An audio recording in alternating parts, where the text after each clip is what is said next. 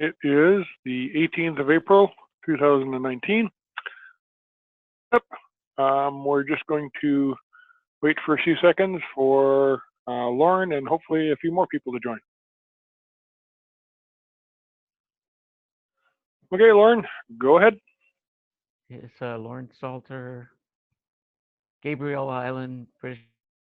Uh, this week, I don't recall doing a lot. I reviewed Python, my Python course, just because I really uh, I zipped through it. I got the answers and I finished it, but it's helpful to look over some of the things, and so I think that'll feed into whatever I do. Haven't really had the time to work anymore on the program. I did see your Michael's emails about the kits, Raspberry Pi kits, and so I looked those over, and I think I found the thread. Might have found the thread that from before that I did a search. So that's something. Did that, and that's about it. Coming week, I would hope to uh, actually just carry on reading over, catching up on what Michael's been doing with and the kit ordering, and so that's kind of my coming week. I'm not hopeful to do a whole lot because I finished. Okay, so and then I get to blocks. I can talk about just why I'm not going to do take on a lot for the coming week because I eliminated a block and finished my taxes, but found a another whole piece I have to do that I didn't know think I had to do. So I've got some more paperwork to do. That it's good in the sense that I exposed a problem. And basically finished one thing and found out about another. So that's it for me. Okay. Let's see. Am I unmuted? Yeah, I think you can hear me. Okay. Last week I got the portion of stand up that I did manage to record. I got it posted. I got a bit of a design for this infrared beacon for the follow me mode. Um, so there's three little sections. The first one is to send out a message to each of four directions using 4 pins on a little Arduino, and sending plain text LRW and then 0 through 3 or 1 through 4 or whatever we decide to do. And since they're sent out different directions and sent out only one at a time, it takes a few milliseconds to do that, but um, should be like 10 times a second each direction. So the little red wagon should be able to tell which side of you it's on and which direction it's pointing. So if the follow me part should be relatively straightforward to, well, kind of straightforward to deal with. I found some infrared diodes that are going to work, picked some resistor values that'll work, found some detectors that'll work for a reasonable price. And then the rest of my stuff was basically speed feedback. The neodymium magnet that I have on my CNC project is tracked by a little chip on a board. I managed to get the board mounted instead of flat onto the magnet, perpendicular to the magnet, and it still does keep track of how fast it turns. I was able to track my cordless drill going up to 1800 RPM, and it accurately kept track of it moving the CNC bed back and forth, which was actually quite impressive. So it may not be perfect for position, but it will certainly tell us how fast wheels are going so that we can keep the little red wagon going straight. And because you don't have to have access to the end of the shaft, you can actually put a ring type magnet on an axle, which is a whole lot easier to mount and to interface to. Getting seeing the end of an axle is rather challenging. Most of the bearings end up having covered bearings and stuff like that. So I took video of that and stuff. Next week, I'm going to be posting that video when I get the editing done. I do need to look through that that CNC project, the ground control program, because I think it is actually a pretty good example of Python code, and it does a whole bunch of graphics and stuff. I also want to make all of the stuff that I designed, so I have to buy the infrared diodes and detectors.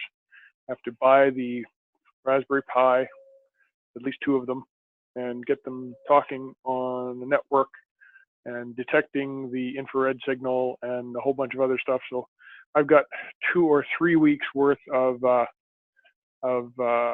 backlog for those tasks. I don't think I'm going to be bored. And I also have to go and get another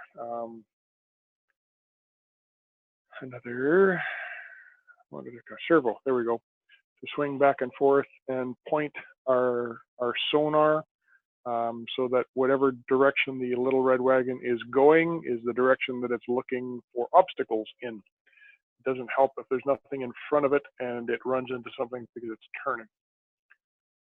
That's next week. Blocks, nothing that you can help with. And I guess that's about it for me. Okay, so I'm not done my stand-up because I remembered now that I reached out to a guy I worked for who was a small talk object-oriented kind of a expert. So I asked him for a good way to get into object-oriented. I think I've shared that. I can't remember the name. It's something like Pharaoh or something. Anyways, it's a kind of the current thing that very, very small talk object-oriented people are actively working with, and it's also highly oriented to just teaching. So that's kind of another option for finding some good examples, and it actually has I think a tutorial or some kind of a module that is called examples. So that's added to the thing. And now I'm going to the retro.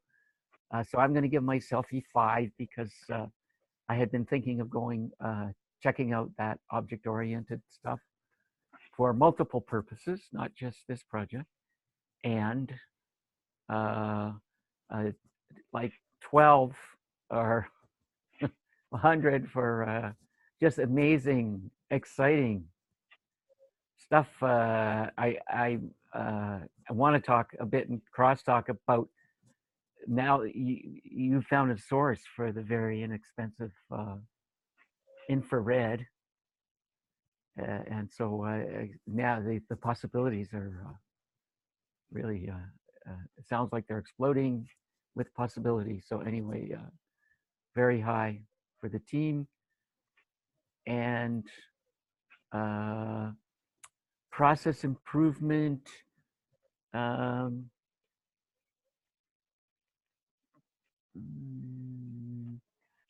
Somehow challenge people who might be interested in the project.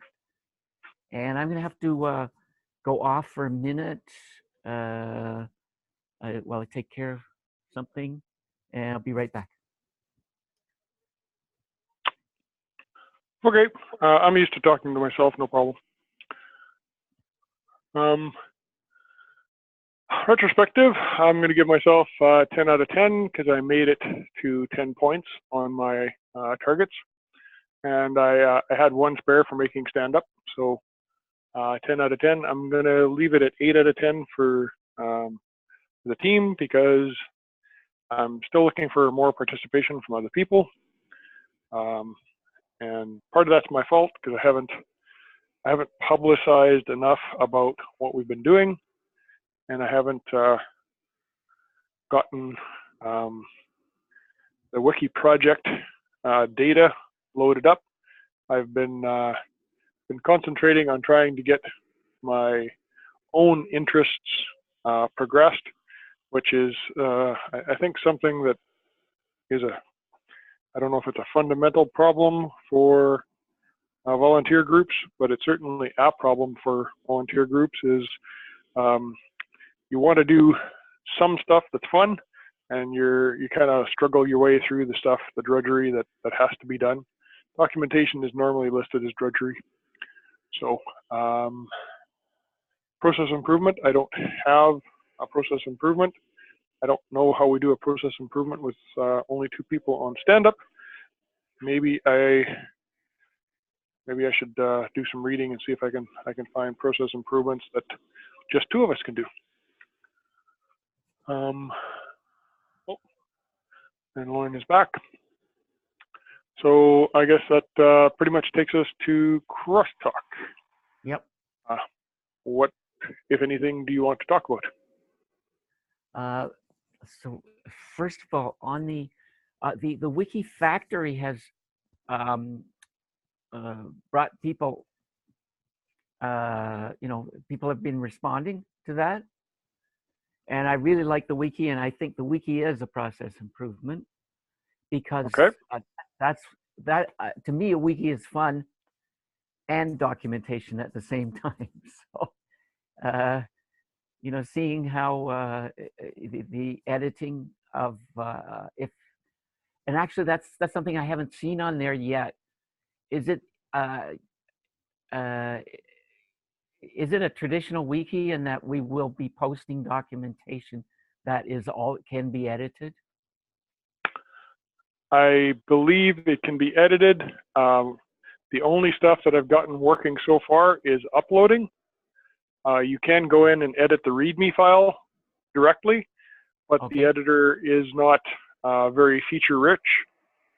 I have been using an offline editor for that. I'm trying to remember the name of it right now. And does it keep versions?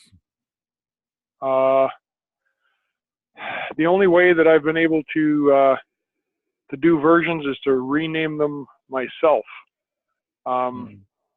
which I was a little bit surprised by. So perhaps I haven't explored as much as I need to. But if I upload a README file, it says, well, no, there's already one there.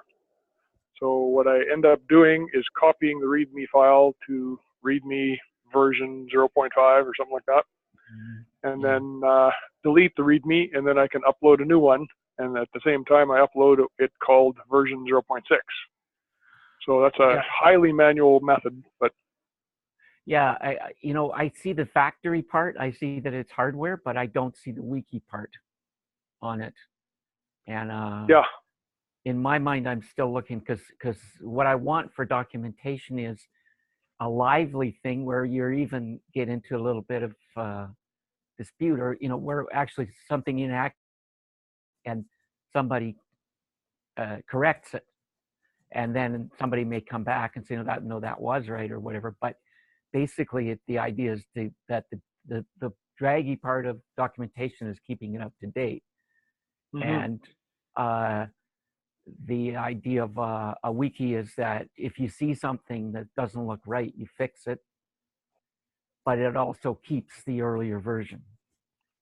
Well, they do keep offering online courses or online kind of meetings. They have all ended up being during work, so I haven't been able to participate. There's another one coming up. They just sent out an email about it. Yeah, I saw it. And I don't remember what time of day that one is.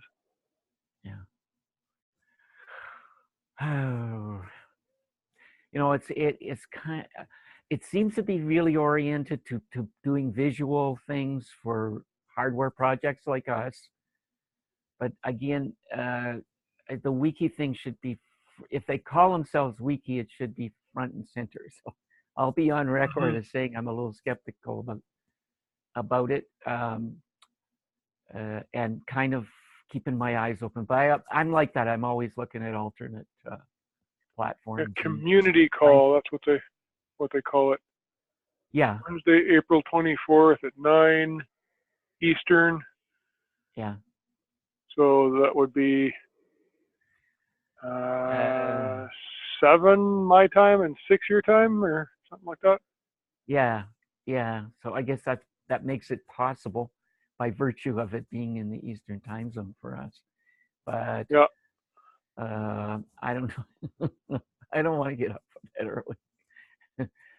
Yeah, Um, I'll give it a try, but unfortunately at 7 o'clock I'm actually in the midst of driving to work. So yeah, yeah. So I'm seeing a lot of social and a lot of community, but I'm not seeing, a wiki is like mhm. really great to me. And the essence of it is easy to edit with a good editor and good versioning. So And that, you do realize this is beta, right? Like this has not been yeah, released. yeah, okay, okay. All right, well then I'll feed it back to them. I'll definitely make a comment. Yep. I think they need to hear stuff like that because they only have so many programming resources, and Right. I mean, I think I agree with you. I think it is quite weak on the wiki and the documentation part of it. So maybe if both of us give them that feedback, Yep. that would help. Yep. Well, what else would you like to talk about? Okay. I'm just, I don't know how long I'm going to stay on, but I'm just dying to know all about, like, how many beacons are you going to have, and then on top of that, you're going to have the classic eye for obstacles, right? A two, a transmitter and a receiver to bounce off objects, unexpected obstacles, so that you know if you're running into something. So the idea is that you have like a little head thing with the two eyes being the sonar that bounces it off of obstacles and gives you a distance. Yep. Underneath, maybe we'll make them nostrils or part of the mouth or something like that. Infrared transmitter and receiver, again, to give you, yes, there's something in front of me. That will be mounted on a servo, so you can swing it back and forth, hopefully kind of pointing the direction that you're going. And I want to have two infrared detectors that are kind of separated by a barrier. Yep. So that if you're pointing directly at the beacon, you will receive the signal on both. But if you're, Yep. and the beacon will be, will have 4 diodes transmitting, one for front, one for back, and one for left, and one for right. So I don't know how wide the angle is on the infrared. We may have to go with 8. Until we actually have a belt made up and have it sitting on somebody, we won't know how many we need, right? Yeah, right. I can see a kind of a studded belt. Yep. If you think about it like visible lights, you put the flashlights on your belt, and you want all the signals to overlap. Yeah. So it can receive 2 of them, and then it knows where it is. But if it doesn't receive any of them, it doesn't know where it is, right? Yeah. Okay. Okay. Wow. Really, really cool. And finding that those are cheap, I had a feeling, because they were like pretty cheap in 2000. So for now. Mm-hmm. So there's little 2 and 3 pin extension cables that are available at our makerspace for $2. Unfortunately, they're only like 6 or 8 inches long. But basically, plugging off the board, you'll have, well, 4 of them anyway, and that will hopefully just plug into the diodes, and away you go. Yeah. Yeah. Really exciting. I'm gonna have to go now, but I will be. I already put something in my cart. I put the 10, the set of 10 in my cart at Amazon. So I'll carry on with that. Great to talk to you. Talk to you later. Okay. And if you had the link for the Raspberry Pi, if you'd rather get a different set, rather from Canna Kit or whatever ones I found. I'm not really that hung up on them. It's just it looked like it was a good price. Yeah, no, I would like to support someone other than Amazon, and it's wonderful that they seem to be offering competitive prices in Canada. So I'm going to Okay. support them. Okay. Okie dokie. Talk to you. Bye now. Okay. Bye bye.